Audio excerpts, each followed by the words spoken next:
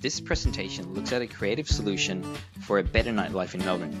It's presented by Kevin, Idan, Jaime and Dennis.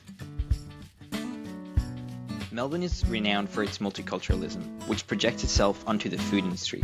It is one of the cities with the highest numbers of restaurants per capita in the world, exhibiting a wide range of cuisines. However, the late night food scene is not living up to the reputation that Melbourne has. Melbourne's nightlife is fun and extensive, but the food doesn't match. Compared to other big cities such as New York City, Buenos Aires, Bangkok and Seoul, which have an extensive nightlife scene with food available in various places throughout the city. In Melbourne, there is a very small offering of late night eats, mainly fast food, while the city seems to be moving towards a more substantial nightlife with all-night public transport and supporting services. The food scene seems to be falling behind. It seems there's a great opportunity for development. We have this amazing range of food during the day. However, when the sun sets, restaurants quickly start to close their doors. There are some places that are open late, such as McDonald's, Hungry Jack's, and other types of fast food. But there's not a lot of alternatives to choose from. The question is why? The Australian food scene is very regulated, which makes it hard for small food stalls to be opened up. Unlike the Asian counterparts, street food is often abundant during the day and night, perhaps due to the low food regulations. We normally see street food at big events or at festivals, but nowhere else. Until recently, there hasn't been a need for late night food. Melbournians have had early nights as public transport would stop after 12 am. Unless demand can be predicted, having a food stall in Melbourne won't be feasible. There is also an increase in immigration that has changed the population's demographic composition. This has acted like a catalyst for change for Melbourne's nightlife. However, the cost to operate a stall during the night will be expensive as penalty rates will accrue. The first tool we used was a combination of brainstorming and mind mapping. We noted down everything that came to mind and connected it with the topic. We quickly realized that a single food stall wouldn't be enough.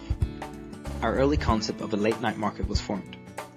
We thought, what better way to have a wide variety of foods than a market? The market would be open Thursday through to Sunday from 11 p.m. until 5 a.m. in the morning. There would be a wide range of food stalls from different international backgrounds with matching music to create a great atmosphere.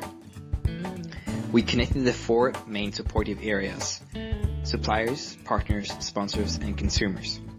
These would be the major things we would have to consider in our planning. We thought of ourselves as the middleman between these, kind of like the organizers.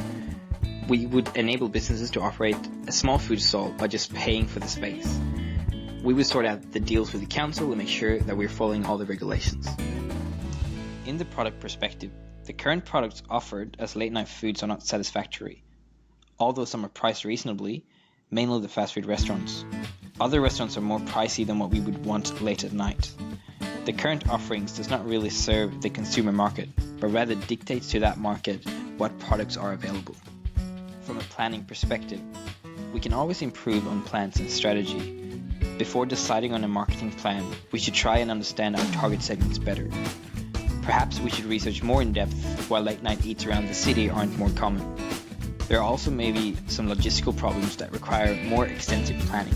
From a potential perspective, we see there is potential to increase the amount of late night food stalls that are open. This will have a positive impact on the expenditure of the nightlife sector, as well as the late night social atmosphere. From a people perspective, residents around the city don't have many options for late night foods. However, increasing the late night offerings might also increase the amount of traffic in the city and potentially hurt the lifestyle of local residents. Even though it can also have a positive social impact of portraying Melbourne as a lively city, attracting more tourists and more people to live in that area.